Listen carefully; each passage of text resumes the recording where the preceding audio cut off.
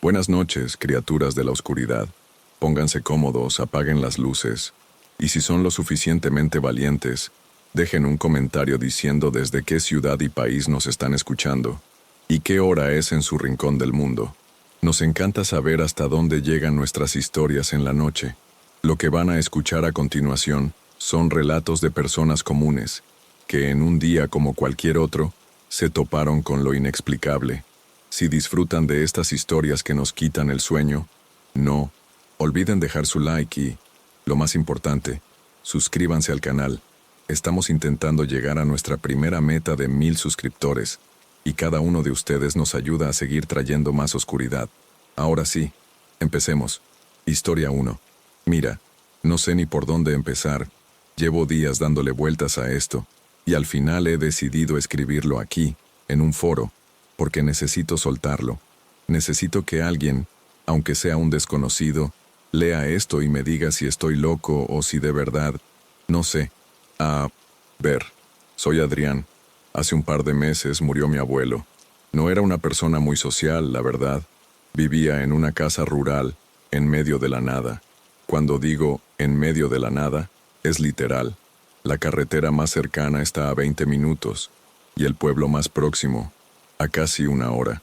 No había vecinos, ni siquiera una luz a lo lejos por la noche, solo bosque por todas partes. La casa de sus padres, vamos, una casa vieja, aislada como ella sola. Después del entierro y todos los trámites, mi madre me pidió que fuera a la casa a vaciarla. Ya sabes, lo típico. Quédate con lo que quieras, tira lo demás, llama a alguien para que limpie. Me dijo que me tomara mi tiempo, que me quedara unos días si hacía falta. Y eso hice. Cogí el coche, llené el depósito hasta arriba, y me planté allí una tarde. La casa era peculiar.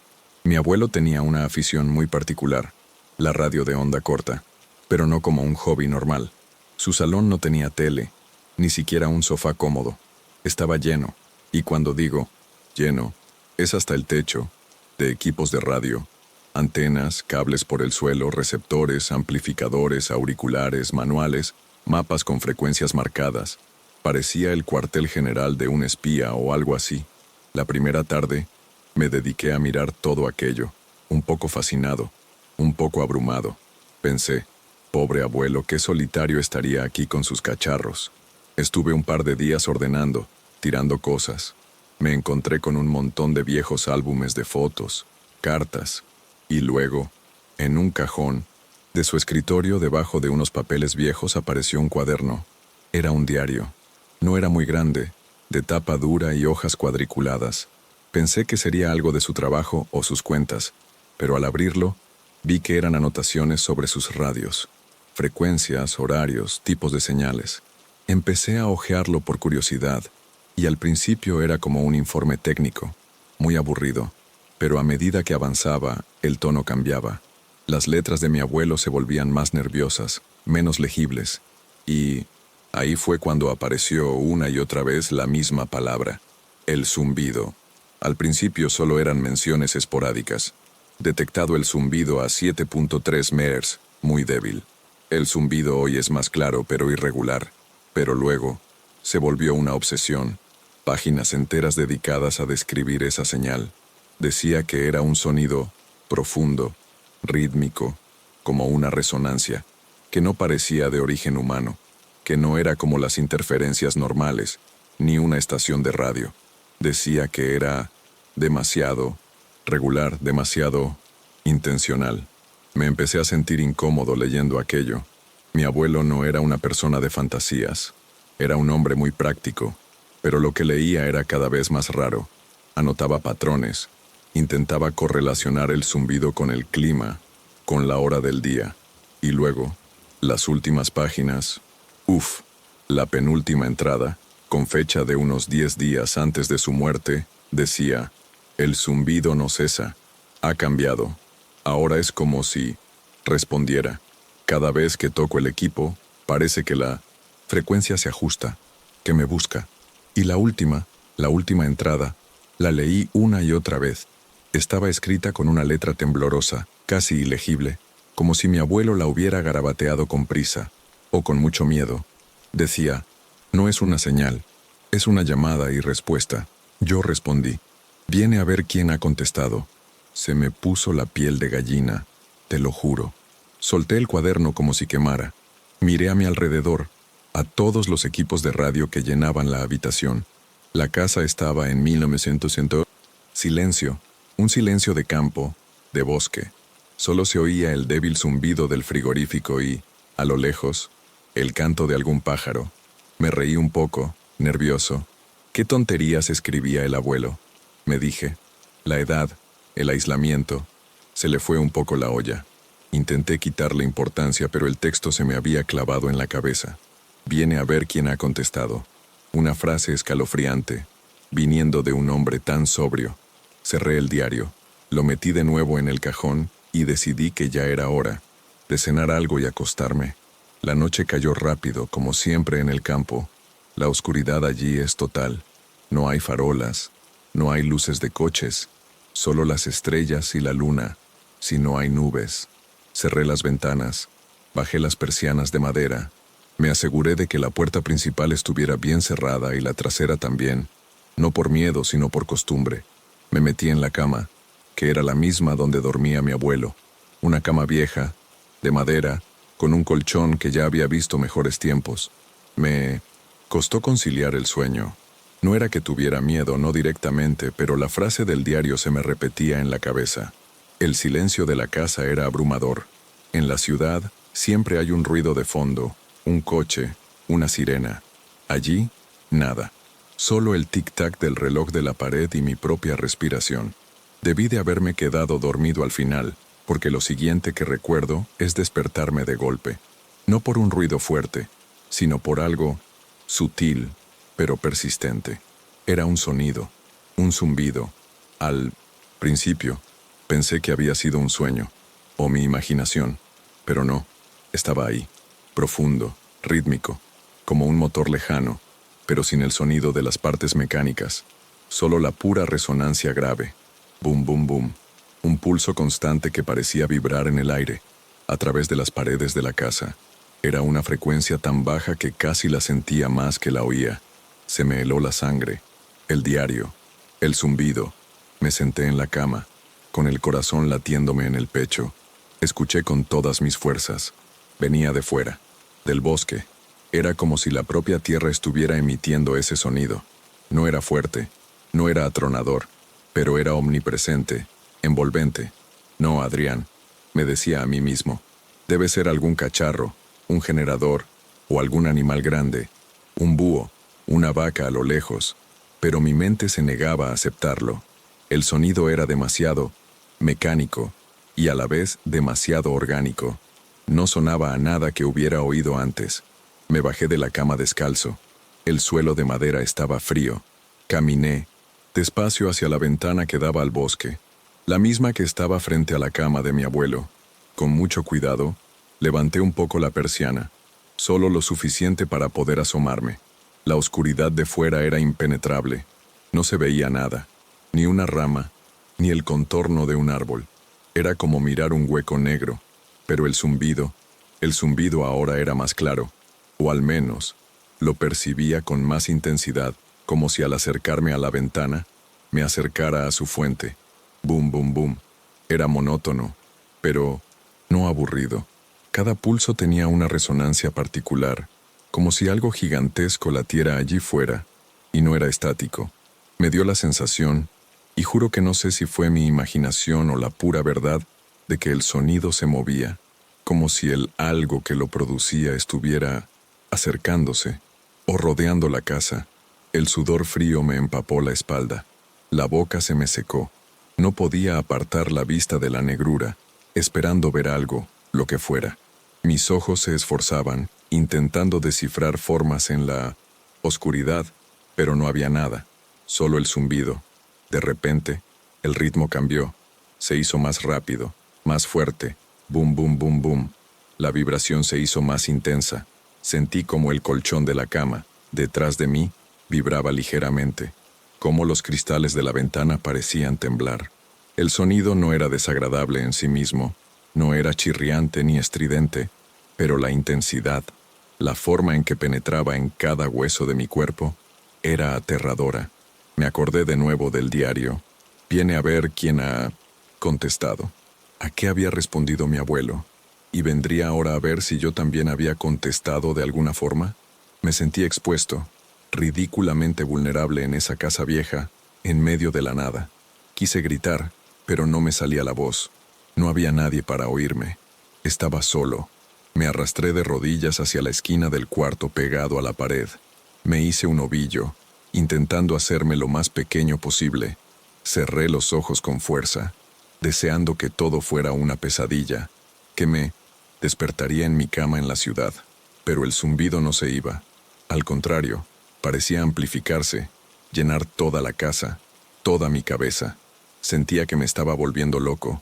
Los oídos me pitaban. Me dolía la cabeza. El zumbido se mezclaba con el latido de mi propio corazón, que ahora iba a 1000 por hora. Sentía un terror primario, animal, ese terror que te dice que algo te está cazando, que estás en su territorio. Quería taparme los oídos, pero no podía. El sonido estaba dentro de mí. Y, entonces, tan de repente como había empezado, se detuvo. Silencio. Un silencio aún más ensordecedor que el propio zumbido. Un silencio absoluto, pesado, que parecía presionar sobre mí, sobre la casa. Me quedé un rato más, encogido, sin moverme, por si volvía. Pero no volvió. Solo el tic-tac del reloj volvió a ser audible, con una cadencia desesperantemente normal. No sé cuánto tiempo estuve así.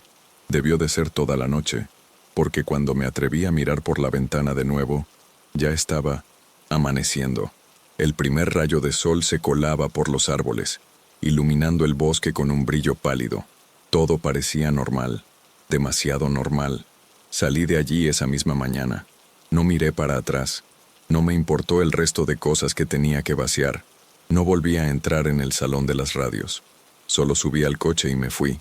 Conduje durante horas, sin parar, hasta que me sentí a salvo, lejos. Llevo semanas intentando encontrar una explicación.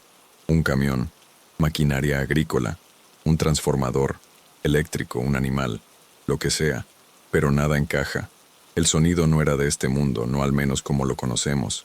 Y el diario de mi abuelo, nunca se lo he contado a nadie en persona.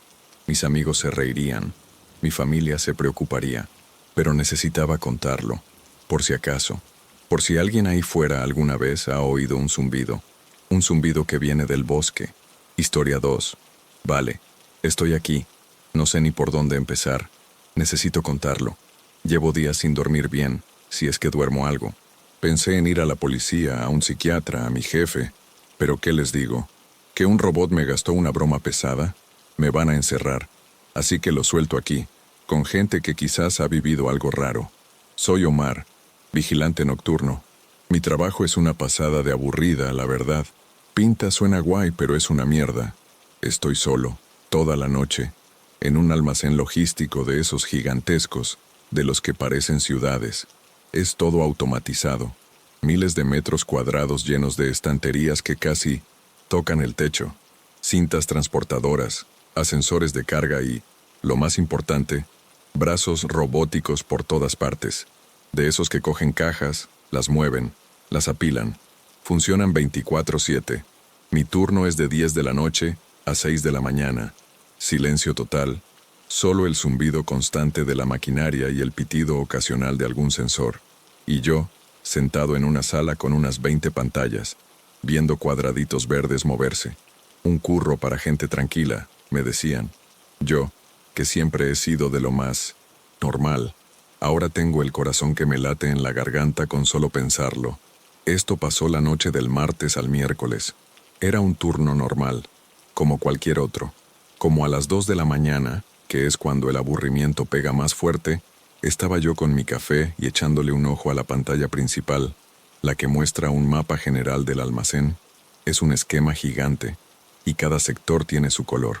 De repente, vi algo raro en el sector C7. C7 es una zona de esas que están selladas, de alta seguridad, donde guardan cosas de valor. Solo entran los robots, ni un alma, ni siquiera personal de mantenimiento sin un permiso especial. En la pantalla, el indicador de uno de esos brazos robóticos el que llamamos el pulpo 3, estaba parpadeando en naranja. Eso significa que está fuera de su secuencia programada. Al principio, ni le di importancia. Pasa a veces. Un sensor de paquete atascado, un reinicio rápido y listo. Pulso el botón para ver la vista de cámara del pulpo 3. Lo que vi me dejó un poco perplejo. El brazo estaba moviéndose, sí, pero no de forma errática como si estuviera atascado. Parecía temblar, como si tuviera un tic. Se estiraba hacia una pila de paquetes, se contraía de golpe. Luego intentaba coger una caja, pero la soltaba antes de tiempo. No era el movimiento fluido y preciso que esos bichos suelen tener. Parecía fuera de control, pero de una manera que no encajaba con un fallo mecánico simple. Era como si estuviera aprendiendo a moverse de nuevo, o como si tuviera un ataque de nervios. Miré los registros del sistema. Nada. 0 alarmas de error, 0 intentos de acceso externo, 0 cambios de programación, nada de nada. El pulpo 3, según el ordenador, estaba quieto y esperando instrucciones, pero yo lo veía en la pantalla, temblando. Me froté los ojos. Pensé que el sueño me estaba jugando una mala pasada. Bah, un bug visual, me dije, o una microfalla en el propio brazo que el sistema no detecta. Lo más fácil en estos casos es un reinicio suave. Pulsé el botón de reinicio remoto para el pulpo 3. La pantalla se congeló un segundo, el indicador parpadeó en rojo y luego volvió a verde. El brazo en el vídeo se quedó quieto. Problema resuelto, pensé.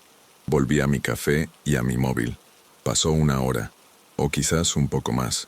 Estaba viendo un meme tonto en el móvil, riéndome solo, cuando el rabillo del ojo captó algo en la pantalla principal. El sector C7. El indicador del pulpo 3 volvía a parpadear en naranja, pero esta vez no lo vi. Temblar. Volví a la cámara del pulpo 3, y ahí fue cuando se me heló la sangre. El brazo se movía, no con tics nerviosos. Se movía con una lentitud y una precisión escalofriante. Estaba cogiendo paquetes, pero no eran los paquetes que se suponía que tenía que coger. No los llevaba a la cinta transportadora. Los estaba llevando al suelo, a la zona despejada justo delante de la cámara. Al principio, no le vi el sentido. Pensé que estaba desprogramado del todo, que se había vuelto loco, pero los movimientos eran demasiado deliberados para ser un error. El brazo se acercaba a una pila de cajas marrones estándar, de esas de cartón grueso. Se detenía, evaluaba, cogía una, la movía en el aire con una lentitud pasmosa y la colocaba en el suelo. Luego volvía a por otra, una y otra vez.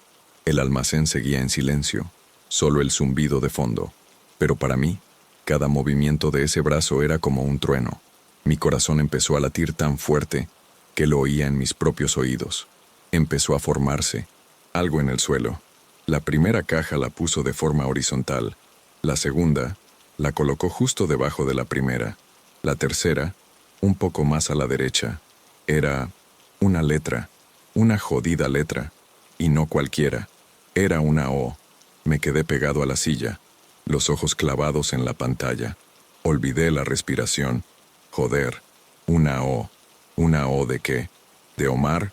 Imposible. Me estaba volviendo loco. Tenía que ser una coincidencia. Un patrón que mi cerebro estaba forzando a ver. El brazo siguió, con la misma deliberación, la misma lentitud. Dejó la O y empezó a formar la siguiente. Cogió una caja, la inclinó, otra más, la puso encima, y luego una a la derecha. Una M. Ahí sí que me agarré a la mesa. Las palmas de las manos me sudaban frío. La vista se me nublaba un poco. No podía ser. No, no, no. Y siguió. La A, luego la R. Era mi nombre. Om A-R. Se me cortó el aire. Quería gritar, pero no me salía la voz. Quería levantarme, correr, apagar todo, pero estaba paralizado. Miraba los monitores, luego la puerta de la sala de control, luego otra vez la pantalla. Estaba solo, completamente solo, y un jodido robot en una zona sellada estaba deletreando mi apellido con cajas. Cada vez que el brazo se estiraba, me daba un escalofrío que me recorría la espalda. Cuando soltaba una caja, el golpecito seco me rebotaba en el pecho. La precisión con la que colocaba cada una, el cuidado, La forma en que se aseguraba de que la esquina encajara perfectamente para formar la letra. No era una máquina loca. Estaba haciendo... Estos a propósito. Terminó. OM-AR. Ahí, en el suelo de un almacén silencioso, bajo la fría luz de los focos, mi nombre estaba escrito con cajas. El brazo se quedó quieto, justo encima de la última letra. No volvió a su posición de descanso. Simplemente se quedó ahí, colgando, como si me estuviera observando, como si estuviera esperando mi reacción. Miré los registros de nuevo. Nada, ni un puto cambio, ni un solo error. El sistema decía que todo en el sector C7 estaba en orden. No sé cuánto tiempo me quedé así, hipnotizado por la pantalla con la boca seca y las sienes latiéndome. Daría lo que fuera por no haber visto eso, por haber pensado que estaba loco. El resto de la noche fue una tortura. No me atreví a quitar la vista de la pantalla del Pulpo 3. El nombre seguía ahí. El brazo seguía ahí, inmóvil. No se movió ni un centímetro más. No hizo nada más. Simplemente se quedó, como si el mensaje hubiera sido entregado. Cuando llegó el relevo, a las 6, no dije nada. No pude. Quería contarlo, pero las palabras se me atoraban en la garganta. Salí de allí sintiendo que cada sombra me perseguía. Al día siguiente, a la tarde, llamé al jefe de mantenimiento. Le dije que había habido un problema en el sector C7 con el Pulpo 3, que se había quedado atascado y que había movido algunas cajas de sitio. Él, con su voz aburrida, me dijo que ya lo revisarían en el turno de día. No he vuelto a trabajar. Me declaré enfermo. Me da pánico volver a entrar a ese sitio. Mañana me... toca otra vez el turno de noche. No sé si voy a ser capaz de ir. Sigo sin entenderlo. No hay explicación. Ninguna. El Pulpo 3, un simple robot de almacén, escribió mi nombre con cajas, y nunca he sabido por qué, y tengo la sensación de que, si vuelvo, lo sabré, y no quiero saberlo. ¿Alguien ha visto algo parecido? Por favor, necesito saber que no estoy solo en esto. Necesito una explicación, por favor. Cualquier cosa. Historia 3. Necesito sacar esto de mi cabeza de alguna manera. Y un foro de internet parece el único lugar donde puedo soltarlo sin que la gente piense que estoy completamente loca. Llevo días sin dormir bien. Cada sombra me parece otra cosa, y el sonido del monitor cardíaco se me quedó grabado. Soy Isabel, doctora residente. Llevo un par de años en esto, así que ya he visto de todo. Muertes, milagros, cosas raras. Pero esto es otra liga. Me asignaron al ala de geriatría hace unos meses, y bueno, es lo que es. Pacientes mayores, algunos lúcidos, otros ya mullidos. Y luego tienes los casos como el del señor Rivera. El señor Rivera lleva 5 años en estado vegetativo. 5 años. Ingresó por un accidente cerebrovascular masivo y nunca salió de ahí.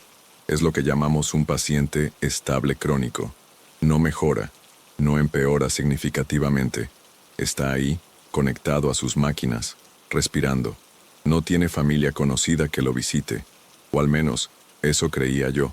La primera vez que me di cuenta de algo raro fue hace unas 3 semanas. Estaba haciendo mi ronda nocturna habitual. El hospital de noche es un bicho completamente diferente. Los pasillos están en penumbra. El silencio se rompe solo por el pitido de las máquinas y el murmullo de las enfermeras en el puesto. Llegué a la habitación 312, la del señor Rivera. Entré. Revisé sus signos vitales en el monitor. Todo normal. Me di la vuelta para irme y vi algo.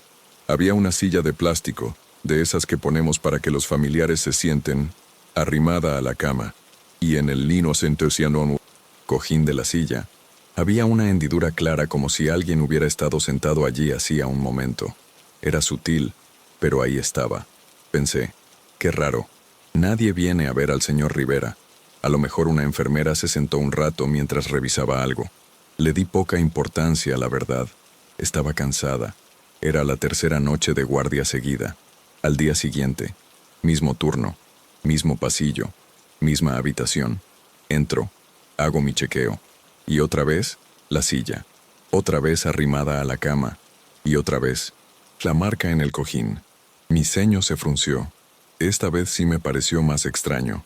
Le pregunté a una de las enfermeras más antiguas, Elena, que lleva la tira de años en el turno de noche. Oye, Elena, ¿sabes si el señor Rivera ha tenido visitas últimamente? Veo la silla movida en su habitación. Elena me miró con una expresión que no supe descifrar. Medio cansada, medio resignada. ¿El señor Rivera? No, doctora. Él no tiene visitas. Nadie viene por aquí, pobrecito. Algunas noches, yo también he visto esa silla, pero no he visto a nadie. Es de esas cosas del turno de noche, ¿sabe? El cansancio te juega malas pasadas. Me encogí de hombros. Quizás tenía razón. El cansancio, la imaginación. Los hospitales están llenos de historias de pasillo, cosas que ves cuando las luces están bajas. Pero la silla siguió apareciendo. Durante una semana, cada noche que me tocaba el ala de geriatría, la encontraba igual. Y la marca. Siempre la marca. Empecé a sentir un pequeño escalofrío. No es miedo. Todavía, es más bien una punzada de esto no encaja. Una curiosidad incómoda. Decidí mirar el registro de visitas. Cada hospital tiene uno. Nadie había firmado en la 312 en años. Nadie. Se lo pregunté a más enfermeras, a los auxiliares. Todos me decían lo mismo. No, el señor Rivera está solo. Pero algunos, los más viejos, los que llevaban años, se quedaban pensativos, o decían algo como, ah, el de la 312. Sí, a veces se siente un poco más frío el pasillo por ahí, ¿no? Cosas así, que en el momento no le di importancia, pero ahora, la cosa escaló una noche que estaba revisando las gráficas de signos vitales de los pacientes. Me gusta hacer un repaso a fondo, no solo mirar el monitor en la habitación. Estaba con el del señor Rivera, el que siempre era un electrocardiograma más o menos plano con algunas irregularidades típicas de un paciente en su estado. Y de repente, noté algo. Entre las 2 y las 4 de la madrugada, su ritmo cardíaco se estabilizaba. No solo eso, sino que sus fluctuaciones de presión arterial también se suavizaban. Era como si, durante esas 2 horas, su cuerpo estuviera en un estado de calma perfecta, algo que no ocurría en el resto del día. Volví a examinar las gráficas de días anteriores. Mismo patrón. Siempre entre las 2 y las 4. Siempre. Ahí sí que se me puso la piel de gallina. La silla. La marca. Y ahora, esto. Esto no era el cansancio. Esto era algo objetivo, medible. Algo estaba pasando en esa habitación entre las 2 y las 4 de la mañana. Mi mente empezó a ir a 1000 por hora. ¿Podría ser? No. ¿Pero qué otra explicación había? Tenía que verlo. Tenía que saber. El hospital tiene cámaras de seguridad en los pasillos, no dentro de las habitaciones, por supuesto, por privacidad. Pero podía ver la entrada. Podía ver si alguien se acercaba. Pedí acceso a las grabaciones. Es un proceso burocrático. Lleva tiempo. Tuve que poner una excusa creíble. Sospecho que un familiar no autorizado está entrando y podría alterar el tratamiento. Me lo concedieron finalmente. La noche que pude sentarme en la salita de seguridad con los monitores frente a mí, mi corazón latía con fuerza. Era tarde, después de mi turno. El guardia de seguridad me dio acceso y se fue a hacer su ronda. Me quedé sola. Puse el disco duro con las grabaciones. Busqué la fecha. La primera noche que había visto la silla. Aceleré la imagen hasta la hora clave, las 2:00 am. La cámara enfocaba el pasillo justo frente a la puerta de la habitación 312. Y ahí estaba. La puerta. El pasillo vacío. Yo conteniendo la respiración. Pasaron los minutos acelerados. 2:10, 2:20, 2:30. Nada. Nadie entrando. Nadie saliendo. Mi sangre se heló. Rebobiné. Volví a mirar. Una y otra vez. Imposible. Nadie. Ni una figura, ni una sombra, ni un reflejo. Pero la silla estaba ahí. Y la marca. Y el ritmo cardíaco. Me quedé allí, en la oscuridad de la sala de seguridad mirando la pantalla. Y se me ocurrió. ¿Y si era la propia cámara? ¿Y si había algún truco de luz? ¿Algún reflejo raro que la hiciera parecer vacía? Decidí probar algo más. Me centré con el zoom y la mejor resolución que pude en el interior de la habitación. La cámara no estaba destinada a ver dentro, pero con algo de esfuerzo y el ángulo correcto, Se podía ver una parte de la cama del señor Rivera y, sí, la famosa silla. Puse el video a velocidad normal, las 2:05 de la madrugada. El pasillo vacío, la puerta del 312 inmóvil y la silla vacía. Pero justo en ese instante, en el cojín de la silla, apareció una hendidura, lenta, gradual, como si algo invisible se posara sobre él, ejerciendo presión. La tela se hundió, se arrugó ligeramente, se mantuvo así durante exactas 2 horas, y a las 4:05, igual de lento, la hendidura desapareció. El cojín volvió a su forma original, liso. Me quedé helada. Fue como si me hubieran arrojado un cubo de agua helada en la nuca. El corazón me empezó a martillear en el pecho. Me dolía la cabeza. No respiraba. Rebobiné y lo vi una y otra vez. Lentamente. A cámara lenta. No había nadie. Absolutamente nadie. Pero algo estaba sentándose en esa silla. Y no solo estaba sentándose, sino que su presencia tenía un efecto físico en el paciente. La estabilidad del corazón. La calma. Salí de la sala de seguridad temblando. Las manos me sudaban. El aire del hospital, que siempre me había parecido aséptico, ahora lo sentía denso, pesado, como si millones de ojos invisibles me observaran. Las siguientes noches fueron una tortura. No quería acercarme a la habitación 312, pero era mi trabajo. Varias veces me tocó revisar al señor Rivera justo antes de las 2 de la mañana. Me quedaba con el ojo pegado al monitor, esperando, y siempre pasaba. A la hora exacta, el ritmo cardíaco se estabilizaba. Yo sentía un frío especial en el aire, justo ahí, en la puerta, como un aire acondicionado roto, pero solo en ese punto. Una noche, no pude más con la curiosidad mórbida. Mi miedo se mezcló con una necesidad de ver, de sentir a qué me enfrentaba. Me armé de valor. Eran las 3 de la mañana. Me acerqué a la 312. La puerta estaba entreabierta, como siempre. El pasillo estaba en silencio absoluto. Un silencio pesado. Respiré hondo. Mi corazón retumbaba en mis oídos. Di un paso. Me asomé cautelosamente por la rendija. Y ahí estaba, la silla, pegada a la cama, y la clara, inconfundible hendidura en el cojín, como si alguien estuviera ahí, justo en ese momento. Vi el monitor del señor Rivera. Sus ondas eran perfectas, tranquilas, como si estuviera durmiendo en paz. El frío en la habitación era palpable, un frío que calaba los huesos. No era claustrofobia, no era ansiedad, era algo físico, externo a mí. La piel se me erizó, sentí una presencia. No vi nada, pero lo sentí, la certeza de que había algo justo ahí, invisible, a mi lado, sentado en esa silla. Un escalofrío me recorrió de arriba abajo. Mi respiración se cortó. No pude ni gritar. Me quedé paralizada, mirando el cojín, la hendidura, la calma del monitor y ese frío. Sentí que si me quedaba un segundo más, me iba a desmayar o algo me iba a tocar. Me eché hacia atrás, silenciosa, sin hacer el menor ruido. Me alejé de la puerta, por el pasillo, casi corriendo pero sin que mis pasos sonaran. No paré hasta llegar a la sala de descanso de los residentes, donde me apoyé en la pared, temblando incontrolablemente, con el sudor frío bajándome por la espalda. No pude dormir en toda la noche. Los días siguientes fueron un infierno. No podía dejar de pensar en ello. Cada vez que pasaba por la 312, sentía una punzada de pánico.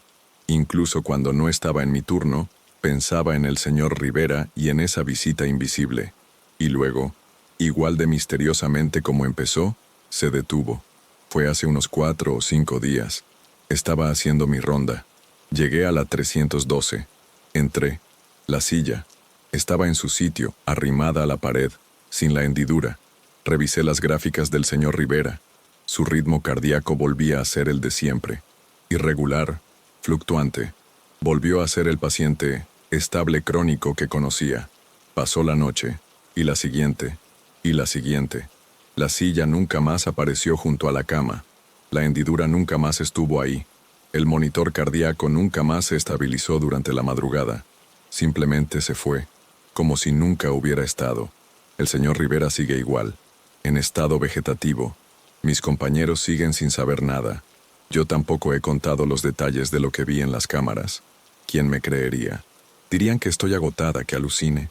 Pero no aluciné. Lo sé, lo sentí, lo medí. Y ahora, cada vez que pienso en ello, ese frío vuelve. No sé qué era, no sé por qué venía, no sé por qué se fue, pero sé que estuvo ahí. Y a veces, todavía siento que ese frío invisible me sigue, esperando el momento de sentarse a mi lado. Historia 4. Esto que voy a contar, mira, no sé ni por dónde empezar. Llevo días dándole vueltas, sin dormir bien, con un nudo en el estómago que no me deja. Se lo he contado a mi mujer, claro, pero no es lo mismo. Necesito, no sé, compartirlo con gente que quizás entienda que hay cosas que pasan que no tienen puta lógica. Lo pongo aquí porque, joder, uno necesita desahogarse, ¿sabes? Soy Carlos. Llevo casi 15 años de conductor de camión de basura. La ruta de madrugada, esa en la que las calles están vacías, las casas a oscuras, y el silencio solo lo rompe el motor de mi cacharro y el chirrido de los contenedores. A veces es pesado, aburrido, pero otras me gusta la paz que da. Ver el sol salir mientras terminas el turno es como si el mundo despertara contigo. Pero esta paz, esta rutina, la verdad es que se me fue a la mierda hace unas semanas. Y todo por una puta bolsa de basura. Verán, en mi ruta hay un callejón sin salida, de esos que dan a unas cuantas casas unifamiliares. Siempre tranquilo. La gente de ahí saca sus cubos los martes y los viernes, puntuales. Pero desde hace unos 2 meses, empecé a notar algo. Una bolsa de basura negra. Siempre la misma. No era de las que tiras en el cubo. Era de esas grandes, de resistente, de las que se usan para escombros o para cosas que no quieres que se vean. Siempre estaba ahí, en medio del callejón, como a mitad de camino entre la entrada y el fondo, lejos de cualquier cubo de basura. La primera vez pensé que alguien se había equivocado, o que se le había caído al coche mientras pasaba, pero la veía ahí y no la recogía. Así que la enganchaba con el brazo del camión y, para adentro, junto con el resto. Un descarte, pensé. Pero la semana siguiente, la misma bolsa, idéntica, en el mismo lugar exacto. Ahí ya me empezó a mosquear. No había ni un solo cubo cerca. Era como si alguien la hubiera puesto a propósito. Ahí, en la penumbra, bajo la débil luz de una farola lejana, parecía cobrar una presencia extraña. Los primeros días, la ignoraba, la recogía y ya, pero al cabo de un mes, ya era una constante. Martes y viernes, la bolsa negra, siempre ahí. Empecé a mirarla de reojo cada vez que pasaba. Mientras el camión gruñía, mi vista se clavaba en ese punto. ¿Quién coño hacía eso? ¿Por qué no la ponían en un cubo? ¿Qué tendría dentro para que la dejaran tan a la vista, pero a la vez tan separada del resto? Mis compañeros se reían. La bolsa fantasma de Carlos, me decían. Yo forzaba una risa, pero por dentro sentía un picor, una curiosidad malsana creciendo. Hubo una noche, un martes, de esas de lluvia fina que te cala los huesos, en que la vi.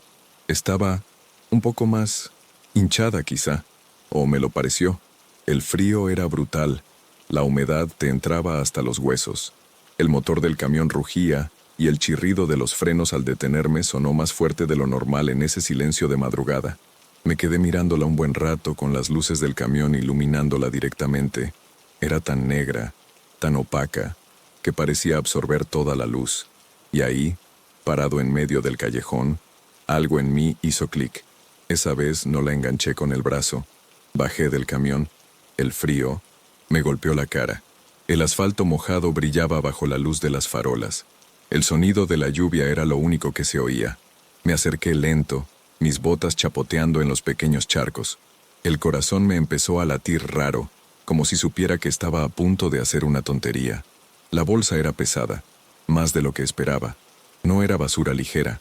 Sentí la textura del plástico grueso bajo mis guantes. No sabía por qué, pero esa noche decidí que iba a ver qué cojones era. Me la llevé a la caja del camión, al fondo, donde no la aplastaran los demás residuos. La dejé un poco a un lado, lejos de la compactadora. Quería abrirla, pero no ahí. no con la oscuridad encima y el tiempo justo de la ruta. Aguanté toda la noche con esa intriga dándome vueltas en la cabeza. Cada vez que el camión engullía un cubo pensaba en esa bolsa. Cuando terminé el turno ya estaba amaneciendo. Aparqué el camión en la cochera, lejos de los curiosos. El sitio estaba casi vacío a esa hora. La luz de la mañana, un poco gris, se colaba por las claraboyas. Me acerqué a la parte trasera. Abrí la compuerta con un ruido metálico que resonó por todo el almacén.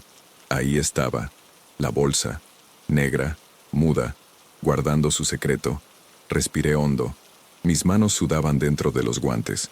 La agarré y la arrastré a un rincón, sobre un palé de madera, para que no tocara el suelo sucio. Saqué mi navaja del bolsillo, con la hoja ya desgastada de tanto uso. La punta de la navaja tocó el plástico. Lo noté grueso, resistente. Hice un corte lento, rasgando el material. El olor a humedad y a papel viejo me llegó de golpe. Metí la mano abriendo el corte. No había nada a primera vista, solo más trozos de papel. No eran desperdicios de comida, ni cartones de leche. Eran papel, y estaba todo triturado. Trozos pequeños, irregulares, como si hubieran pasado por una destructora de papel medio barata, de esas de oficina. Pura curiosidad, pensé. Solo eso. Empecé a sacar puñados, dejándolos en el palé, formando una pequeña montaña de confeti de papel. Sentía una mezcla rara de decepción y alivio. Era solo papel triturado. ¿Qué clase de misterio era este? Pero entonces, mientras removía con la mano, sentí algo distinto. No era papel, era más liso, algo más duro. Saqué un trozo. Era una foto, pero triturada también. Un trozo de una cara, otro pedazo de lo que parecía una pared. Saqué más, intrigado, y de repente, entre los trozos, vi uno que me heló la sangre. Un pequeño rectángulo con mi foto, la mía, de mi carné de conducir. Mi corazón se aceleró de golpe. Sentí un escalofrío que me subió por la espalda hasta el cuello. Las manos me empezaron a temblar. Saqué más trozos, desesperado. Había algo más. Un trozo de lo que parecía un documento oficial, con el formato de una factura, y un número de teléfono, el mío. Dejé de remover y me puse de rodillas en el suelo de la cochera. Empecé a buscar, a ordenar los trozos de papel sobre el palé, con las manos temblorosas. Buscaba patrones, colores, formas. Era como un puto rompecabezas macabro. Encontré más trozos de fotos, algunos con colores que reconocía. El sofá de mi salón, la mesa de la cocina, el patrón de la cortina de la habitación de mis hijos. Y luego, las caras. 1, 2, 3, trozos de caras que reconocí al instante. Mi mujer, mis 2 hijos. Las fotos estaban ahí, desgarradas, mutiladas, pero eran ellos.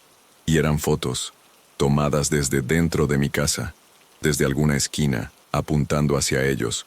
Una de mi hijo pequeño jugando en la alfombra del salón, otra de mi mujer regando las plantas en la terraza desde la ventana de la cocina, una de mi hija haciendo los deberes en su escritorio. Las fotos no eran viejas, parecían de hacía poco. El aire se me fue de los pulmones. Me quedé ahí, arrodillado, con los trozos de mi vida esparcidos ante mí. La mente me empezó a dar vueltas. ¿Quién? ¿Cómo? ¿Por qué? No había sentido nada. Nadie había entrado. Ninguna ventana forzada, ninguna cerradura rota. Las fotos eran desde dentro, como si alguien hubiera estado ahí, respirando el mismo aire que nosotros, viéndonos, sin que nos diéramos cuenta. El frío de la cochera ya no era por el clima. Era un frío interno, de puro terror. Un sudor frío me empapó la frente. La respiración se me aceleró, ruidosa en el silencio del almacén. Sentí ganas de vomitar. No sé cuánto tiempo me quedé así, mirando los trozos. Me levanté de golpe, como si una descarga eléctrica me hubiera atravesado. Junté todos los trozos a toda prisa. Los metí, de nuevo en la bolsa, con las manos tan torpes que se me caían los papeles.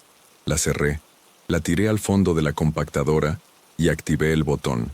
El sonido de la prensa, brutal, me taladró los oídos.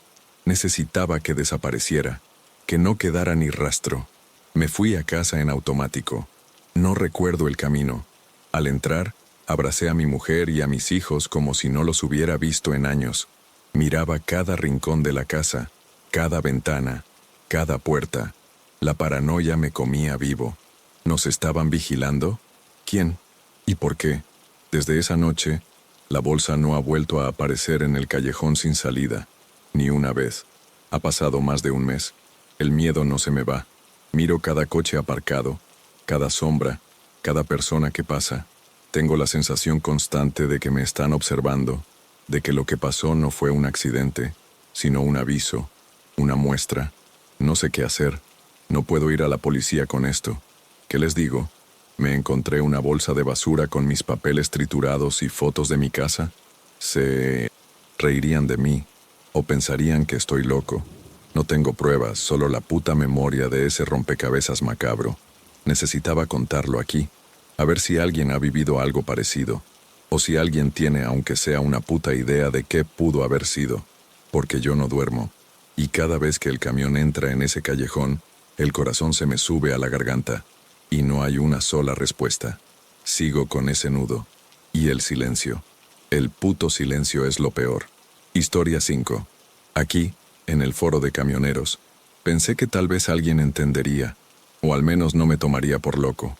Llevo días dándole vueltas a lo que me pasó y no consigo quitármelo de la cabeza. Necesito contarlo. Necesito desahogarme, porque se me está comiendo por dentro. Soy Rubén, y llevo más de 20 años en la carretera. He visto de todo, o eso creía. Noches interminables, niebla tan densa que no veías ni el capó, accidentes brutales. Alguna vez incluso me he topado con un bicho cruzando la carretera que no sabría decir qué animal era. Pero lo de la semana pasada, eso es otra cosa. Eso no tiene explicación. Sucedió el martes por la noche, volviendo de un viaje largo. Carga pesada, así que iba tranquilito, sin prisas. La ruta era la de siempre, la 57, un tramo que conozco como la palma de mi mano. Aunque a esas horas de la madrugada es un desierto, lo primero que hay que saber es que desde hace un par de meses nos han obligado a instalar una aplicación nueva en la tablet del camión. Ya sabéis, para rastrear la ruta, los tiempos de conducción, los descansos obligatorios, todo eso. Un incordio, ¿para qué engañarnos? Pero es lo que hay. Al principio no me gustaba un pelo, la típica historia de gran hermano te vigila, pero al final te acostumbras. Se llama Ruta Segura, o algo así. Nombre de mierda si me preguntáis. Eran como las 2 de la mañana. Yo iba por un tramo de la autopista donde no hay ni un alma, ni una luz. Solo el asfalto negro y el monte a los lados. La radio puesta bajita, un programa de esos de madrugada. Estaba tranquilamente con mi café, las luces del cuadro, el ruido constante del motor, el traqueteo de la carga, la rutina de siempre. De repente, la tablet, que iba con la aplicación abierta en el mapa, se quedó congelada. No es la primera vez que hace algo raro. Estas apps siempre fallan. Pienso, vaya, otra vez se colgó esta porquería. Lo normal habría sido cerrar y abrir, pero como no me urgía ver el mapa, lo dejé. A los pocos segundos, la pantalla se refrescó, pero lo que vi me dejó un poco mosca. El icono de mi camión, el que se mueve según avanzas, estaba parado, congelado en un punto de la carretera, como si yo estuviera detenido, pero no lo estaba. Yo seguía a 90 por hora, las luces de la autopista pasando, la línea discontinua bajo las ruedas. Miré mi velocímetro, 90 clavados. Es más, mi GPS del tablero, el de toda la vida, seguía mostrando mi avance sin problema. Pensé, bueno, es la AP, es una mierda. Pero entonces pasó lo gordo. Justo en la misma pantalla de la aplicación, unos kilómetros más adelante de donde MI Camión se suponía que estaba parado, apareció otro icono. Otro camión, igual que el mío, pero diferente color, como si fuera de otro conductor. Y ese segundo icono sí que se movía. Empezó a recorrer mi misma ruta, avanzando por delante de mí en el mapa. Primero pensé que era algún compañero, pero no tenía sentido que estuviera tan cerca y que mi camión saliera parado. Y lo más raro, ese icono nuevo, el que avanzaba, no sé, correspondía con ningún otro camión real que soliera ver por ahí. Era como si mi propia ruta se hubiera duplicado, y una de las copias iba por delante. Sentí un escalofrío. Ya no era un fallo de la app, era algo más raro. Intenté tocar la pantalla, hacer zoom, cambiar la vista, lo que fuera. Nada. La aplicación estaba bloqueada en esa vista, mostrando mi camión detenido y ese otro camión fantasma a unos kilómetros por delante. Y entonces, lo que me hizo soltar un juramento en voz alta. La Arrow aplicación tiene una función de mensajería, pero está desactivada para los conductores. Solo la usa la empresa para mandar avisos urgentes. Nunca la he visto activa, ni siquiera para recibir nada. Pues esa noche, la ventanita de chat se abrió en la pantalla y apareció un mensaje. Venía según la app del otro camión, del que iba por delante. El mensaje decía, claro como el agua, como si alguien lo hubiera escrito en ese mismo instante. Parada obligatoria más adelante. Yo sigo desde aquí. Os juro que se me heló la sangre. El pulso se me disparó de golpe. Mi cerebro intentó encontrar una explicación lógica. ¿Un hackeo? ¿Una broma de algún compañero que sabía que la app fallaba? ¿Pero cómo? Si la función de mensajería estaba desactivada para nosotros. ¿Y lo de yo sigo desde aquí? ¿Quién seguía? ¿Qué parada obligatoria? No había ninguna parada obligatoria en ese tramo. No en 100 kilómetros a la redonda. Mientras yo intentaba procesar esa locura, sin quitar el ojo de la carretera, algo más pasó. Mi propio GPS, el del tablero, el que iba bien, de repente emitió un pitido, como cuando te recalcula la ruta. Y la voz de la mujer del GPS, con esa tranquilidad artificial que tienen, dijo, desvío a la derecha en 500 metros. Me quedé helado. ¿Derecha dónde? Estábamos en medio de la nada. No había un solo desvío en ese punto. No en ningún mapa que yo conociese. Miré por la ventana. Oscuridad total. Nada. Pero el GPS insistía. Gire a la derecha. Ahora. Y entonces, la vi. Una salida. Una pista sin asfaltar. Oculta a la vista si no te fijabas, que se abría en el arcén. No tenía señales. No tenía luces. No figuraba en mi mapa de carretera en papel, ni en ningún mapa digital que yo tuviera guardado. Era una boca negra, que se adentraba en la oscuridad del monte. Mi corazón latía como un tambor. El sudor frío me bajaba por la espalda.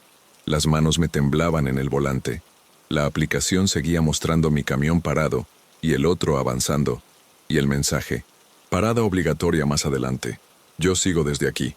El GPS seguía repitiendo, gire a la derecha. La voz, tan tranquila, me parecía ahora la de un demonio. Tenía que decidir, seguir recto, ignorar el GPS y la AP, o desviarme por esa pista fantasma. ¿Y si era real? ¿Y si había algo, un peligro adelante, un accidente, un derrumbe que no se había reportado?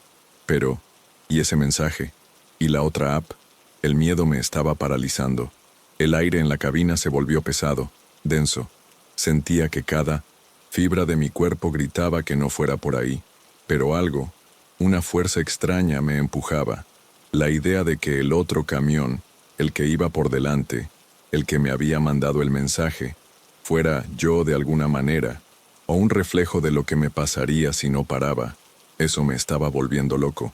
El GPS del tablero no solía equivocarse, y el de la app, aunque fallaba, nunca había hecho una cosa así. Frené.